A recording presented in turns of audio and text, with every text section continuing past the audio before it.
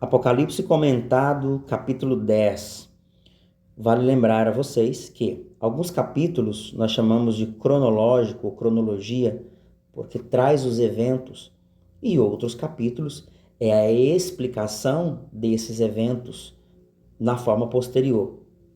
Quero lembrar a vocês que dentro da grande tribulação, que será dividida em duas partes, a primeira parte, o anticristo se levanta, engana Israel e persegue aqueles que estiverem crendo em Deus no momento, ou a igreja que se levantar dentro da grande tribulação. E para aqueles que creem, até mesmo a igreja que ainda não foi arrebatada. E essa é a primeira fase da grande tribulação. E haverá arrependimento, haverá conversão e haverá pregação do evangelho dentro da grande tribulação. Já citei para vocês, capítulo 7, versículo 14, que diz que homens irão lavar suas vestes no sangue do Cordeiro e branqueá-las, no sangue do Messias. Haverá um tempo de avivamento, de pregação do evangelho, de arrependimento e de transformação dentro da grande tribulação. Para que você entenda o capítulo 10 e a pregação dentro da grande tribulação, vamos compreender esse capítulo 10, que é uma seção explicativa do capítulo 8 e do capítulo 9. Uma direção profética. A direção profética para aqueles que estiverem pregando dentro da grande tribulação e uma lição para nós também. Como Israel e a igreja da grande tribulação estará respondendo às trombetas, como Israel, os 144 mil, os mártires e aqueles que se converterem, ou a igreja que não foi arrebatada, a igreja que será arrebatada depois, como queiram, os pré, os meso ou os pós, como eles estarão respondendo dentro da grande tribulação. A ênfase do capítulo 10 é como Deus capacita os seus mensageiros dentro da grande tribulação. Haverá um clamor global daquilo que Deus está fazendo. A igreja presente será usada por Deus, será usada sim por Deus, e para que se cumpra cabalmente Joel capítulo 2, de que sobre toda a carne a igreja será um período espetacular da igreja. A prova disso é capítulo 7, versículo 14, daqueles que eles crerão tanto no Messias. A Bíblia fala que é de toda tribo, língua e nação, que eles serão mártires, eles vêm da grande tribulação e eles não negam o nome do Senhor, eles confessam o nome do Senhor, eles pregam o nome do Senhor, eles dão testemunho do nome do Senhor. Repito para vocês, capítulo 7, versículo 14. Por isso que a igreja, nós cremos que será derramado o Espírito, porque como que a igreja vai conseguir testemunhar e ser um mártir sem a presença do Espírito sobre elas, ou a mão de Deus sobre elas? No capítulo 10, vem um modelo, vem um anjo. E quero lembrar para você aqui, querido, que é inconsistente, biblicamente falando, que esse anjo é o Senhor Jesus. Não, esse anjo não é o Senhor Jesus. Já vi muitas pregações em que diz que ele é o Senhor Jesus. Não, é um anjo, tá? Um anjo, e ele traz na sua mão um livrinho aberto. Seu pé direito está no mar e o esquerdo sobre a terra. Ele grita, e quando ele grita, seu grito parece um rugido de leão, e ouve-se os 7 trovões. Mas João não revela o que os 7 trovões ele fala. Sobre o anjo. Esse anjo, ele é uma inspiração, ele é um modelo, ele é uma parábola para aqueles que estão sendo mártires dentro da grande tribulação, para a igreja que se formar dentro da grande tribulação, para a igreja que estiver ministrando, ministrando dentro deste período da grande tribulação, no período do fim. Exemplo do poder capacitador de Deus. Ações do anjo que significam um aspecto na igreja. Primeiro, ele está vestido de nuvem. Demonstram, ele vem com uma Shekinah, presença de Deus manifesta na pregação. Esse é um modelo para a igreja dentro da grande tribulação e para nós também. O que, né, esse anjo ensina, o que esse anjo demonstra, o que esse anjo está revelando. Primeiro, a nuvem, Shekinah, presença de Deus. Segunda coisa, arco-íris, promessa de Deus e fidelidade de Deus sendo revelado dentro da grande tribulação. Ele tem o rosto como de sol, ou seja, ele demonstra uma igreja parecida com Jesus, ou seja, tem vida interior.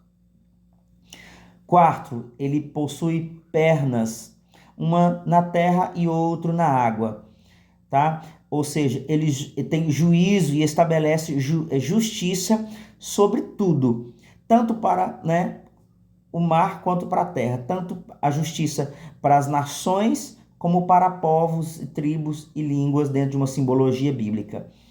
Ele tem na sua mão um livrinho, e esse livrinho significa que a igreja, dentro da grande tribulação, possui os que estiverem aqui, os messiânicos, 144 mil, seja como você que estiver do outro lado creia.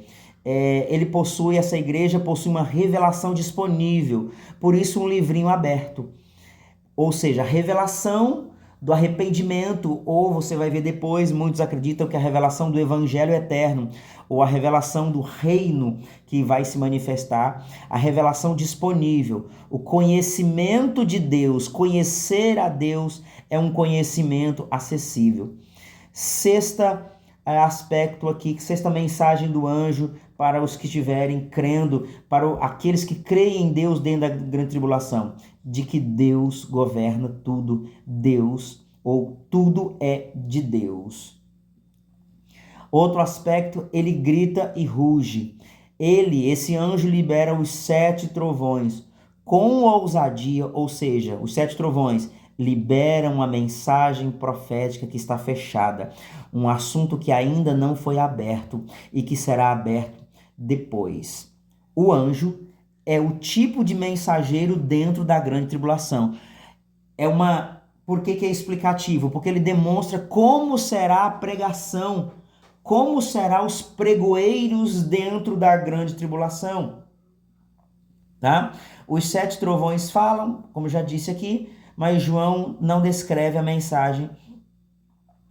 Ele levanta a mão para o céu e jura. O que esse anjo jura, ou ele promete? Seu juramento é que não haverá demora. Quando o 7º anjo, tá, tocar a trombeta, vai se cumprir, tá, nos dias do, tá? O que vai se cumprir nos dias do 7º anjo? Ou o anjo diz, ele diz assim a João: vai, pega o livro na tua mão.